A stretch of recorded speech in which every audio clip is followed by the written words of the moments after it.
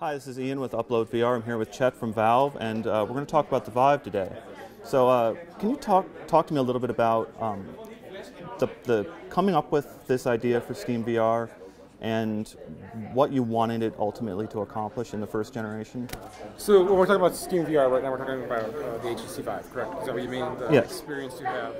So, back in the day, many years ago now at this point, at Valve, we were looking to see, is VR going to be a real thing? Actually, we're first thinking, is AR going to be a real thing or VR going to be a real thing? Should we be thinking about that as Steam and Valve making content and delivering content for these? And so what we did was we didn't worry about trying to make a commercial product. We wanted to see the highest end VR we can make.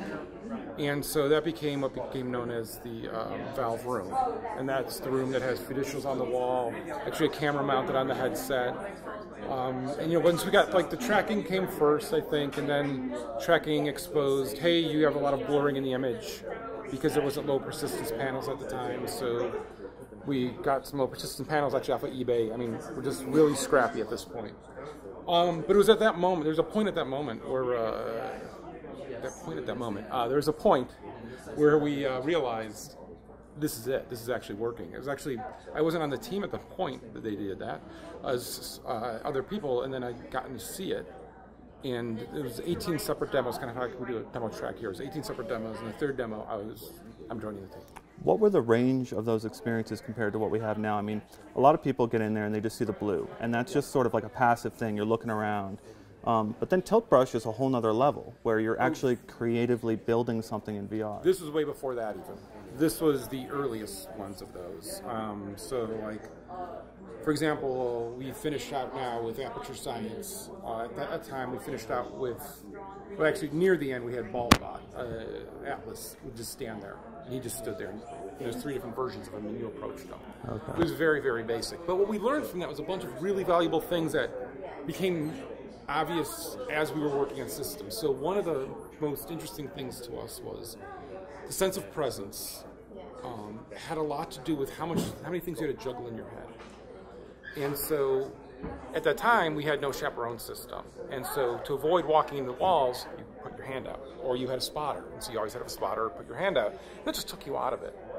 And so a lot of, as we add features to it, is for presence. And it's for that, trying to have that where you feel comfortable there and you don't have to juggle these thoughts in your head. And so when we first came up and started thinking about having the camera be something that was about kind of convenience of keeping you safe, there's a lot of concern of it's going to pull you out of the experience. When you see the real world in your virtual world, it's going to pull you out. And it ends up it doesn't. What it actually does is just make you feel safer, because then you always know exactly where you are. Because we first did the grid system. The grid system is great, and actually it's integrated with this. Is that this is the way to do not pass this. But you're always, you're in an experience for 30 minutes, and you're wandering all around. You forget where you're facing. You forget what you're at. Well, now, if you go up to the edge, you get to see where you're at. You have that reorientation.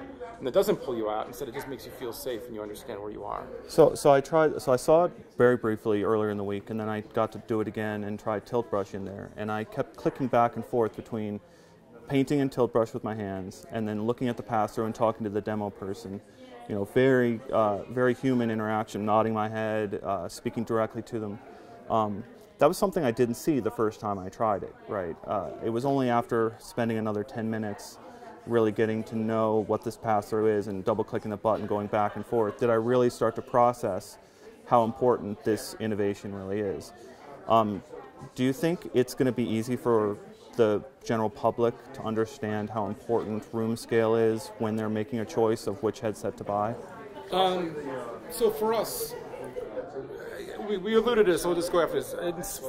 We've done Steam for 10 years. Steam's taught us a super valuable lesson that competition is the worst thing to drive any decision-making process. You will always make poor decisions based on that. And so when we look at virtual reality, we're not looking at the competition of other companies. We're looking at, there's this thing we were going after.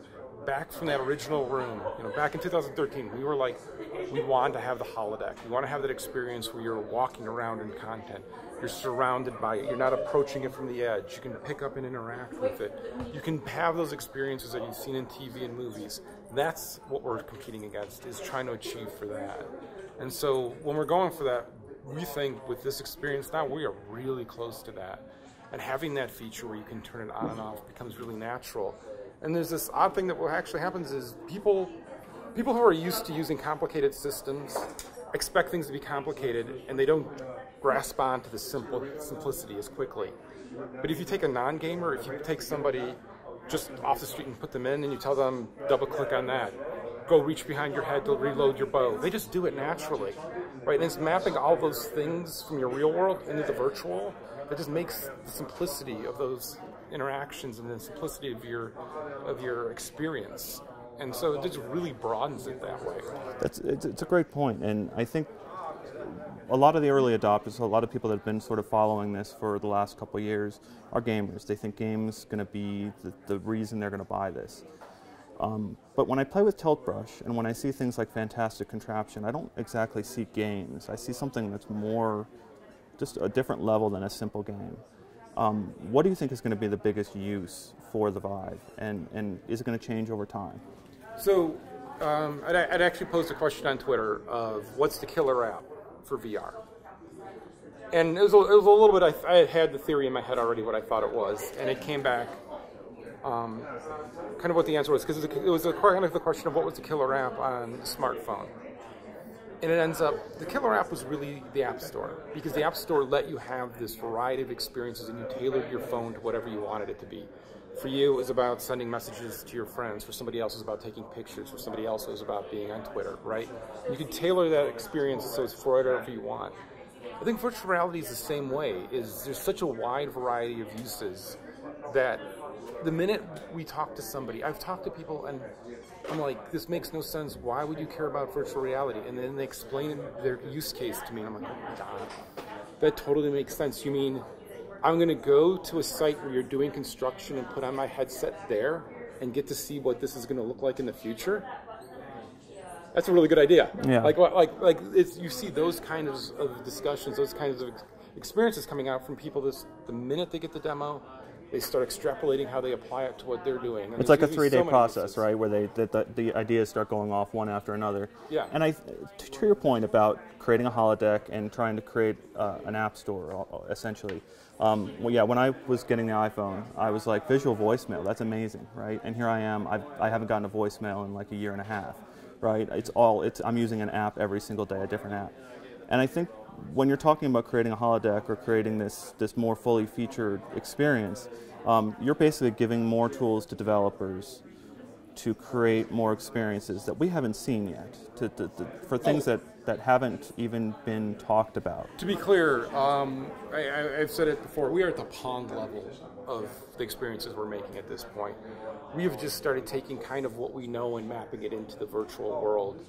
And now as we're doing that, we're already seeing people just go, hey, wait, if I could do this and I could do this, and then expanding it out. And I mean, one of the fun things in this space, and I think one of the reasons why you see developers so excited to work in this, is everybody shares with each other. Everybody works with each other. And so you get this acceleration of ideas. One of the things we actually do with developers is we have them come in and sit down in the Valve offices. We have 2 desks that are just always for outside developers, and that's just because we can't give you a list of things to do, not do, or any, like, here, just come sit with us, experience it. We're going to run some of the people from the company through play tests.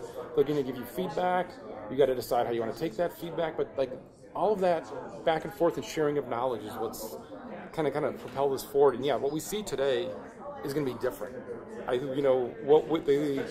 was it who said we should throw out everything every year as we're working in virtual reality, because we're just going to keep learning and learning and learning. And I think that's really true, right? And I think as you look at virtual reality and kind of how it's grown over this period of time, you have to think it started off small. It started off with just rotational, and where is it going, right? It's only going to get bigger. It's not going to get smaller. It's going to get more around you. It's going to get more immersive. You're going to have more interaction, not less, right? This is where we're going. So as you start thinking about these systems, you start thinking about things you want to make, you have to start thinking that way, right?